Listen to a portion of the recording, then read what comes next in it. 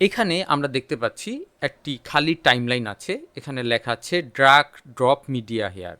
তো এখানে আমার যে ভিডিওগুলি আছে আমি এখান থেকে যে কোনো একটি ভিডিও সিলেক্ট করে ড্রাগ করে এখানে নিয়ে এসে ছেড়ে দিব। আমরা দেখতে পাচ্ছি আমাদের টাইমলাইনে একটি ভিডিও চলে এসেছে। তো আমাদের যদি একাধিক ভিডিও এখানে ইনপুট করার প্রয়োজন পড়ে তাহলে আমরা এখানে ক্লিক করব। দেখতে পাচ্ছি একটি সিলেক্ট হয়ে গেছে, তারপর এখানে আরেকটি ক্লিক করব।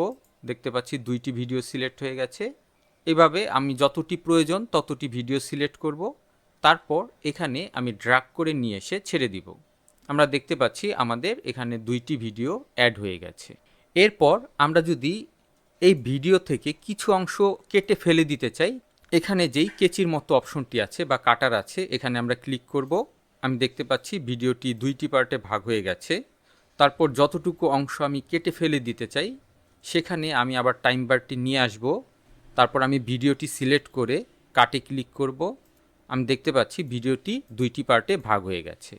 এবার মাঝের অংশটুকু আমি যদি ফেলে দিতে চাই তো এটাকে আমি সিলেক্ট করব, তারপর কিবোর্ড থেকে ডিলিট প্রেস করব। দেখতে পাচ্ছেন এখানে জায়গাটুকু ফাঁকা হয়ে গেছে। এবার এখানে ফাঁকা গ্যাপটুকু যদি আমি ডিলিট করে দিতে চাই তাহলে আমি এখানে ডিলিটে ক্লিক করব। দেখতে পাচ্ছি এই ভিডিওটি পুরো মিলে গেছে, পুরো একটি ভিডিও হয়ে গেছে।